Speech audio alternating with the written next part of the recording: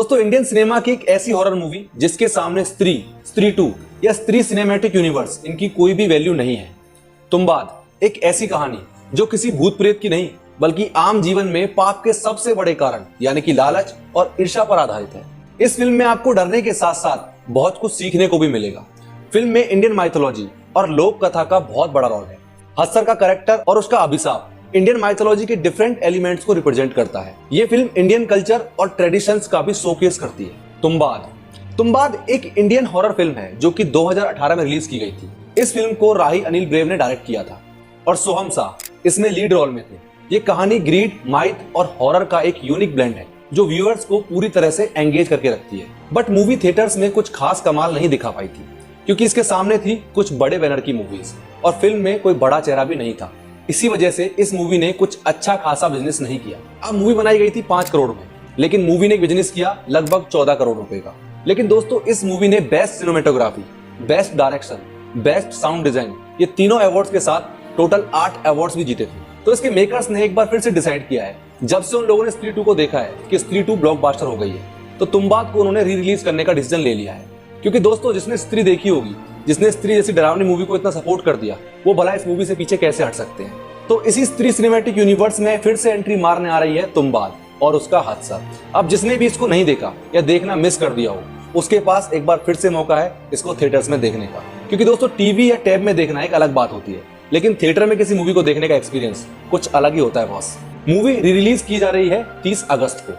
अब कहानी का प्लॉट भी आपको इन शॉर्ट बता देता हूँ। तुम्बाद महाराष्ट्र का एक छोटा सा गाँव है जहाँ पर ये पूरी स्टोरी सेट है और फिल्म का प्रोलोग 1918 में सेट है। विनायक राव एक छोटा सा लड़का अपनी माँ के साथ तुम्बाद गांव में रहता है। उसका परिवार श्रापित है क्योंकि उन्होंने सरकारेश्वर का प्राचीन खजाना चुराने की कोशिश की थी। अब विनायक के पिता उनके घर के अंदर एक सीक्रेट रूम बना देते हैं जो किसी पेट के आकार का होता है, जहां वो हत्सर एक डोमेन की पूजा करते हैं जो कि उनके परिवार को श्राप दे देता है।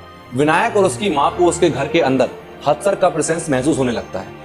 हत्सर एक डोमेन है जो कि Lakshmi the goddess of wealth उनके पेट से पैदा हुआ था और उनके लालच के कारण वो अपने साथ लक्ष्मी के पूरे खजाने को लेने की कोशिश करता है, पर लक्ष्मी के श्राप के कारण वो खुद श्रापित हो जाता है। अब उसको लक्ष्मी जी का श्राप होता है कि तुझे सब कुछ मिलेगा सिवाय रोटी के, अन्न के।